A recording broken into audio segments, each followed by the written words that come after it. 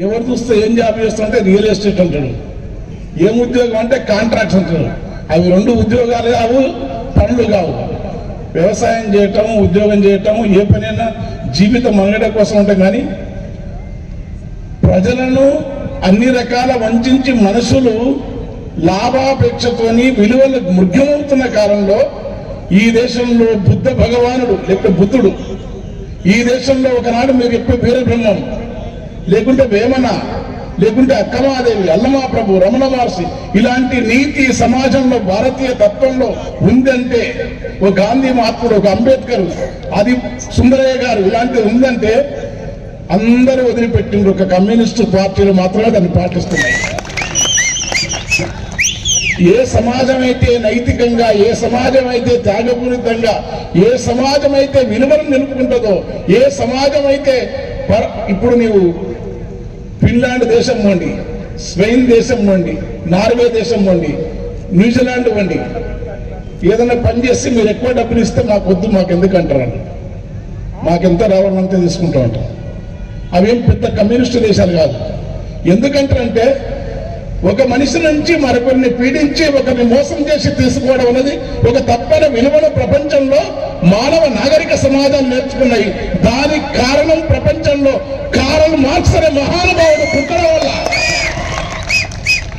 ఒక మనిషిని వేరొక మనిషి, ఒక జాతిని వేరొక జాతి పీడించే సాంఘిక ధర్మం ఒకరి చెల్లదని చెప్పిన మహాకవి శ్రీశ్రీ మాటల ప్రకారం కమ్యూనిస్టులుగా బాలకృష్ణ గౌడ నేను స్వతహాగా 10 సంవత్సరాలు బిడ్డ దత్తత సంతానం లాగా నేను మా సుధాకర్ అంటూ ఉండేది. గీత సంఘం ఇట్లా డబ్బులు చూస్తే ఇట్లా తీసింది. తర్వాత మధ్యాహ్నం వరకు చూస్తే కొనుక్కోవడం, టిఫిన్కి పైసలు అనేది. ఏనాడు డబ్బులను లెక్క చేయంగా మేము చూడలే. కౌంట్ చేసి రూపాయలు అని తెలియదు. భీమిరెడ్డి నరసింహారెడ్డి గారు, బాలకృష్ణ గౌడ్ గారు, సుందరయ్య గారు, చంద్రరాజేశ్వరరావు గారు, చంద్రపున్నారెడ్డి, తరుమల నాగిరెడ్డి, ఈ కాలం అంతా పోయి ఇప్పుడు ఏముందంటే నీవు ఏ పార్టీతోనున్నా పోయినా సరే విలువలు లేకుండా ప్రజలకు హాని చేసే కాలంలో మీలాగా ఉంటున్నందుకు, మీలాగా విలువలను కాపాడుతున్నందుకు, పాలక పక్షాలకు ప్రశ్నగా మిగులుతున్నందుకు ఏ త్యాగానికైనా ఒక్క 3 జిల్లా, చిన్న జిల్లా, 4 తాలూకాల నుంచే ఈ కాలంలో ఇంతమంది అంటే ఉమ్మడి జిల్లాల నుంచి ఒక 20,000 మంది, 10 ఉమ్మడి జిల్లాల నుంచి 10-20,000 మంది కలిస్తే 2 లక్షలు, 3 లక్షలు, 10 లక్షల మంది కవాతు చేసి పాలక పక్షాలను మెడలు వంచే ప్రజా ఉద్యమాలు. ఎందుకంటే ఎన్నికల వ్యవస్థ మీద కూడా, ఎన్నికల కమిషన్ కూడా ఇవాళ అనేక రకాల ఆరోపణలు ఎదుర్కొంటున్న కాలంలో మాసు ప్రజా ఉద్యమాలకు ప్రజలు సిద్ధమవుతే పాలకుల మెడలు వంచే మహోన్నతమైన పోరాట జెండాలు, ఎర్ర జెండాలు సాగిస్తాం. నమ్మకాన్ని చెప్పి తప్ప చక్కగా అవుతారు. చిన్న దేశం, 4 ఎంపీ సీట్లు, దిశ నాయకులు 23-22 కూడా లేవు. శ్రీలంకలో వాళ్ళు ఎంత అద్భుతమైన విజయం. కమ్యూనిస్టు, మార్క్సిస్టు, లెనినిస్టు త్యాగ పూరితమైన ప్రభుత్వాన్ని ఎంతవరకు ఉంటుందని వేరు.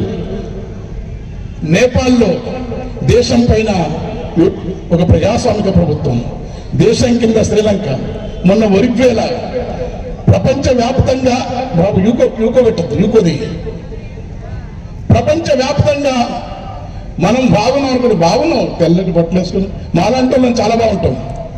ఇప్పటికీ నా దగ్గరికి రోజు ఫోన్లు పరశురామ కామరేజ్ కడుపులో నొప్పి వచ్చింది, ఎర్రగడ్డ నిమ్స్ హాస్పిటల్కి వచ్చి చెప్పారా. ప్రతిరోజు ప్రైవేట్ హాస్పిటల్లో ముట్టుకుంటే చిన్న పాపకు నొప్పి వచ్చింది, హాస్పిటల్కి పోతే ఎంత అంటే 1,50,000 కట్టాలంటుండే. చిన్న రోగం నొప్పికి 1,50,000. స్కూల్లో పిల్లలు వేయాలి, మా ఊళ్ళో పిల్లల బాధ హాస్పిటల్ డొనేషనే 70,000 అడుగుతుండ్రు, ఫీజు ఎంతనో తెలియదు. ఈ పాలకులు నెహ్రూ, గాంధీ, ఆనాడు దేశ జాతీయోద్యమ నాయకులు ఆనాడు ఏదో మిశ్రమ ఆర్థిక వ్యవస్థ వచ్చి ఏమి చేయకపోయినా ఏం అడుగుతారు. ఒక్క ఎడ్యుకేషన్, విద్యను, ఆసుపత్రులను ఫ్రీగా ఇవ్వమనండి, అది సాధ్యం కావాలని పోరాటం చేయాల్సిన బాధ్యత కమ్యూనిస్టులు ఉంది. అసలు విపరీతంగా మాలాంటి వాళ్ళని కొంచెం జాగ్రత్త పడి చెప్పకుంటే, కానీ ఇప్పుడు విలువలతో ఆ అలవాట్లు ఉన్న దూరమైనందుకు కొంచెం ఆరోగ్యం కోసమని విపరీతంగా చూడు లైబ్రరీ దగ్గర నేను నాగరికర్ణంలో చిన్నప్పుంటే లైబ్రరీ దగ్గర కూర్చోకుండా సీట్ల కళ్ళు ఇవ్వడుతుంది మంది చదువు గ్రంథాలయం కోసం. పేపర్ బస్ స్టాండ్ ఒక డబ్బా దగ్గర ప్రతి ఒక్కరు పేపర్ కోసం అయిపోయిన పేపర్ కోసం నిలబడుతుంది. కానీ వాళ్ళ ఏ వైన్ షాప్ దగ్గర నుండి వరుసలుగా నిలబడుతున్న మనుషులు ఈ విలువలు వ్యక్తమైపోతుంది. తగ్గేదలే పుష్ప, ఎవరు పుష్ప, ఏం కథ, వాడెక్కడ, వాడికి ఏం సంబంధం, ఎలాంటి లోకం ఇది, ఎలాంటి విధానం ఇది? ఇవన్నీ చూసినప్పుడు మా పిల్లలు ఏమవుతారు తర్వాత